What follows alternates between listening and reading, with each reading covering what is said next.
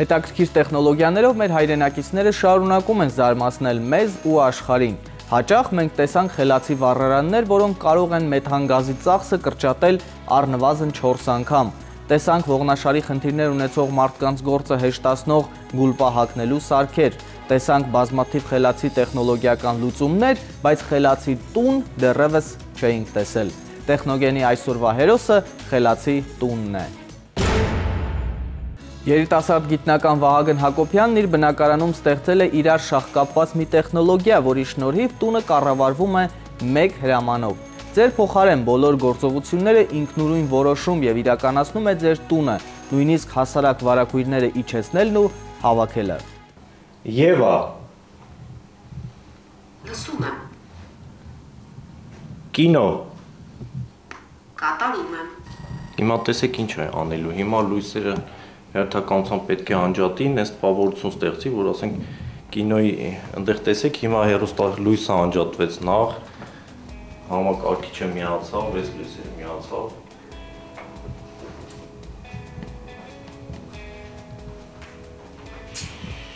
Վարակույրները փոխվեց։ Այս ամբողջը ավտոմատացված է։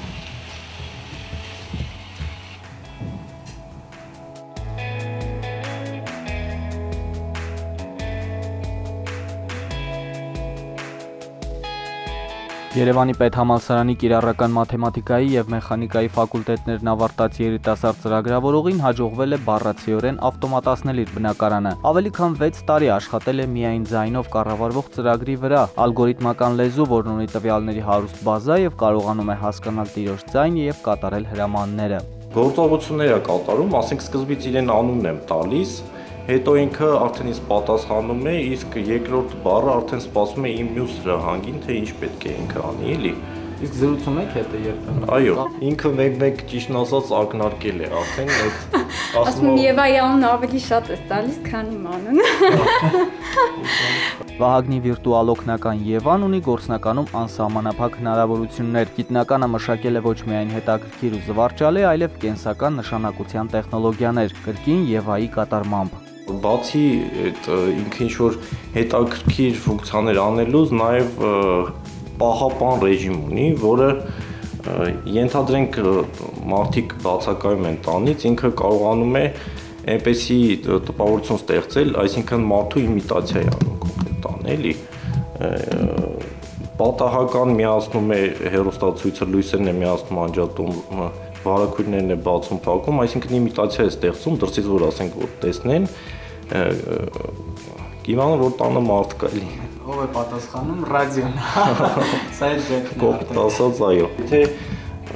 ինչ-որ տեղից ջուրը արտահոսք ունի, ինքը ավտոմատ ջուրը փակվում է եւ ինձ SMS է ուղարկում։ Նույն ձևի ես կարող եմ իրեն ղեկավարել, այսինքն ենթադրենք ես չեմ հիշում ջուրը բաց եմ թողել թե չէ, տանից դուրս եմ եկել, ես կարող եմ իմ բջջային հեռախոսի միջոցով հրաման ուղարկել, ինքը ամբողջ տան մտնող ջուրը փակի։ Հիմա ուզում կարենք դեմոնստրացիա կոնկրետ ես իրա տվիչը ներքև չեմ դրել, ուղղակի բերում ես այնքան SMS-ի հեռախոսից։ Հիմա բացենք նրանք ինչ SMS է եկել։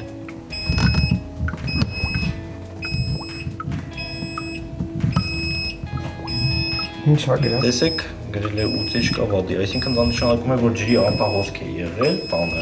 Իսկ ինքը ավտոմատ փակել է եւ ինձ SMS հաղորդագրություն է ուղարկել, որ ջուր է թողել եւ փակել է համակարգը։ Հիմա ցույց տամ, թե ինչպես է ինքը հեռախոսի միջոցով փակում ջուրը։ Ուրեմն մշակել եմ ծրագիր կոնկրետ հեռախոսի համար։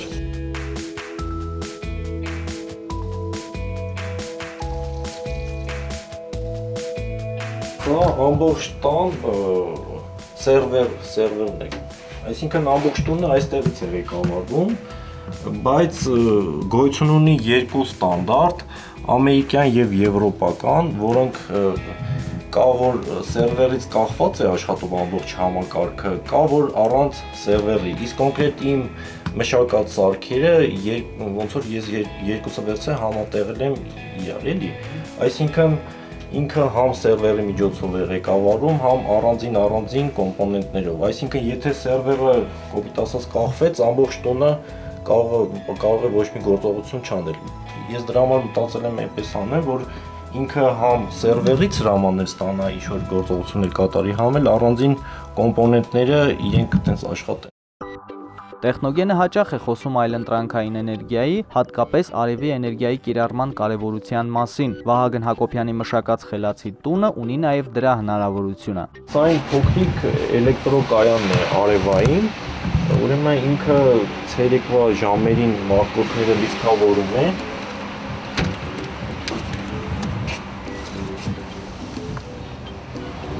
Մարտկոցները լիցքավորում է, իսկ ասենք հոսանք չլինելու դեպքում ինքը ավտոմատ միացնում է այս հոսանքի աղբյուրը։ Բացի դրանից էլ, եթե ասենք հոսանք եթե կա, ամեն դեպքում ես տոնը ունեմ լուսադիոդային լամպեր, որոնք դրանք եմ միացնում։ Պարտադիր չի, որ հոսանք չկա, ամեն դեպքում ես օգտագործում եմ, այդպես ես խնայում եմ հոսանքի ծախսը։ Իմ խելացի տուն համակարգը ամբողջությամբ եթե հոսանք չկա, ելի ինքը սրանով է սկսում աշխատել։ Ես շատ հարգում եմ իր հետաքրքրությունները, ապրում է դրանցով, օր ու գիշեր աշխատում եւ այն ինչ որ դուք տեսնում եք, իսկապես տարիների աշխատանքի արդյունք է։ Եվ ինչու՞ չէ, նաև ապահովության զգացում ունենք, որը շատ կարևոր է։ Երիտասարդ տանտիկնոջ համար ապահովության տեխնոլոգիաներից մեկն էլ միրգն ու բանջարեղենը թարմ պահելու կամ այսպես կոչված ջեռուսվող պատշգամբն է։ Սա նախատեսված է ձմռան համար, ենթադրենք դուրսը, որ -20 աստիճան է, ինքը ներսում պահում է +3 աստիճան, որպեսզի ցուրտը չտանի, դրա համար է նախատեսված, այսինքն ինչ ջերմաստիճանի փոփոխության դեպքում ինքը ներսում պահում է 3-ից 4 աստիճանի կարգի կոնկրետ։ Սրա ներսում ինքը կարողանում է կարտոֆիլին կամ սոխին համապատասխան ջերմաստիճան։ Այո, կոնկրետ դնում եք ինչ ջերմաստիճանի ուզում եք, կոնտրոլերի վրայից ամբողջ այս պահոցը ղեկավարում է այս կոնտրոլերը։ Խնձորի համար ավելի ցածր է ջերմաստիճանը անհրաժեշտ, ինչքան որ ես ուսումնասիրել եմ, իսկ կարտոֆիլինը ասենք մի քիչ բարձր լինի, նույնը սոխինը։ Դա իսկապես փրկություն է, գիտես, կարտոֆիլը, խնձորը, սոխը մենք հայկական ասես անվարելու հատկություն ունենք, չէ՞։ Ուրեմն կատունը այնպես որ հեշտացնում է իսկապես։ Հաճախ է Վահագնը խճճվում իր ստեղծած բազմաթիվ տեխնոլոգիաների ու գյուտերի մեջ։ Ջեռուսման համակարգի թերմոկոնտրոլերի շնորհիվ գազի ծախսը պակասեցրել է ավելի քան 30%-ով, բարձրացրել օգտակար գործողության գործակիցը։ Չնայած այսպիսի ձեռքբերումներին չի ձգտում ստանալ գիտական կոչում, դա համարելով տեսական ձեռքբերում։ Իրեն անհրաժեշտ են կյանքում կիրառվող հաղթանակներ, իսկ գյուտերի ու տեխնոլոգիաների հաղթարշավը մանկուց է գալիս։ Առաջի գյուտ չեմ կարող ասել, բայց տեխնոլոգիան առանց մարտկոցի եւ հոսանքի աղբյուրի ռադիոյի պատրաստել, ինքը ուրեմն մայակն էր բռնում, միացրել էի լվացքի պարանին եւ ռադիատրին էի միացրել, այտենց մայակը աշխատում էր, ուրեմն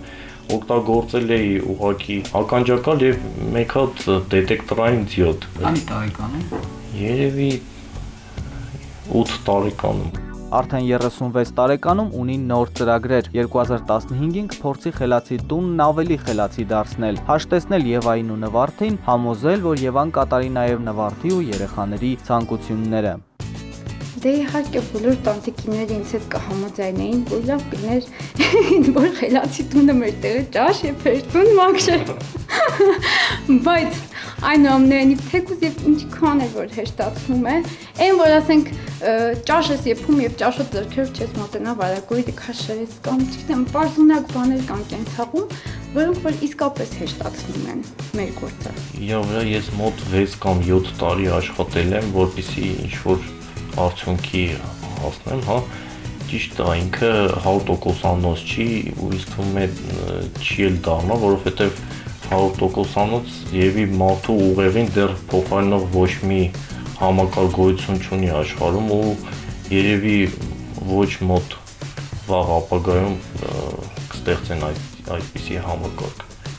Համաշխարհային վիճակագրությունը ցույց է տալիս աշխարհի խոշորագույն գյուտերի եւ տեխնոլոգիաների մոտ 11%-ի հեղինակները հայեր են, դառնալով ամենակենսունակ ու առաջադեմ ազգը աշխարհում։ Այսօր էլ քիչ չեն խոշոր գյուտարարները։ Եթե դուք այդ մարդկանցից մեկն եք, դիմեք մեզ։ Մենք կնկարահանենք ձեզ կճանաչեն պոտենցիալ ներդրողները։